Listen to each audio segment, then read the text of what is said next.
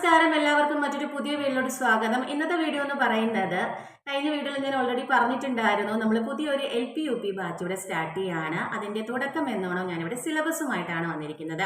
അപ്പോൾ പുതുതായിട്ട് എക്സാം എഴുതുന്ന ഒരുപാട് ആളുകൾ കാണും. അവർക്ക് വേണ്ടിയാണ് ഒരു സിലബസിൻ്റെ വീഡിയോ ആയിട്ട് വന്നിരിക്കുന്നത്.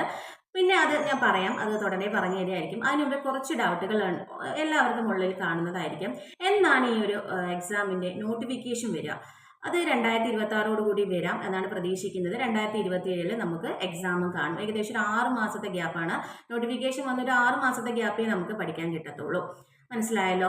ഇനി നോട്ടിഫിക്കേഷൻ വരുന്നതിന് മുമ്പ് എന്തിനാണ് പഠിച്ചു തുടങ്ങേണ്ടത്? നോട്ടിഫിക്കേഷൻ വന്ന് പഠിച്ച് നമ്മൾ അത്രയും സ്ട്രെയിൻ എടുത്ത് എന്തിനാണ് പഠിക്കുന്നത്? സാധാരണ നോട്ടിഫിക്കേഷൻ വന്ന് നമ്മൾ എന്തിനാണ് റിവിഷനാണ് ചെയ്യുന്നത് അല്ലേ? അപ്പോൾ അതുകൊണ്ട് തന്നെ നോട്ടിഫിക്കേഷൻ വരുന്നതിന് മുമ്പായിട്ട് പഠിച്ചു തുടങ്ങുക. എൻ്റെയോടൊപ്പം ഇപ്പം കൂടെ കട്ടയ്ക്ക് നിൽക്കുക. നമ്മൾ ഓരോരുത്തരും വളരെ ഫ്രീ ആയിട്ട് എല്ലാ കാര്യങ്ങളും മനസ്സിലാക്കി നമുക്ക് ഓരോരുത്തർക്കും പഠിച്ച് മുന്നേറാം.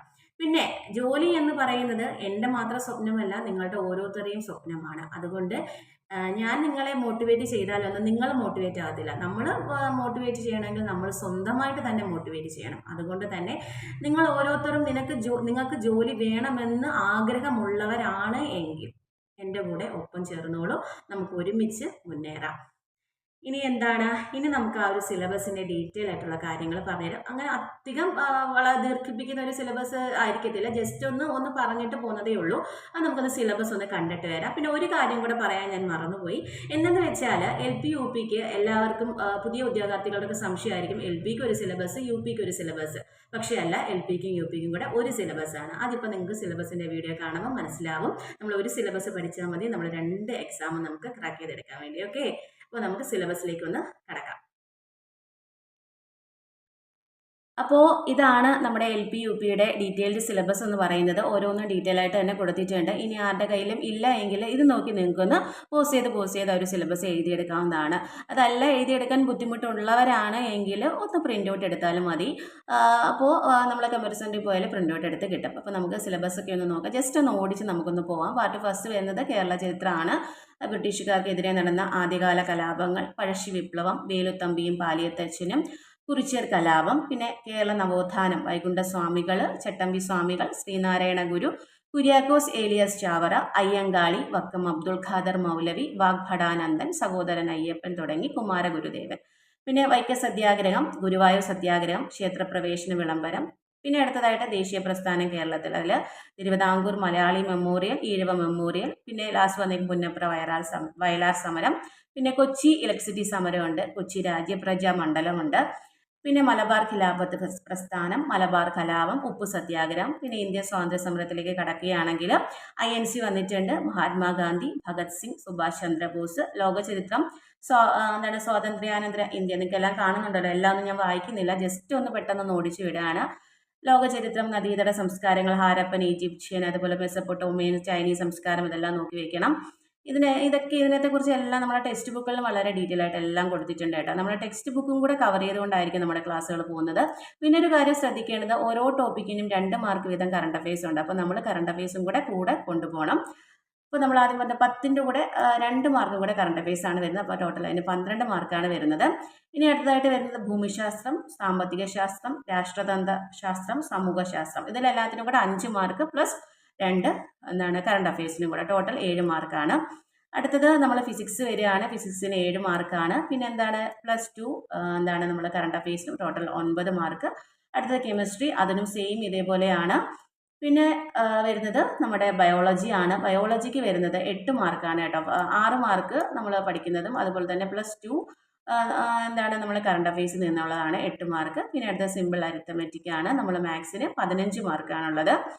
മാത്സിന് 15 മാർക്ക്. പിന്നെ അടുത്തത് child education and child psychology, അതിന് 20 മാർക്കാണ്.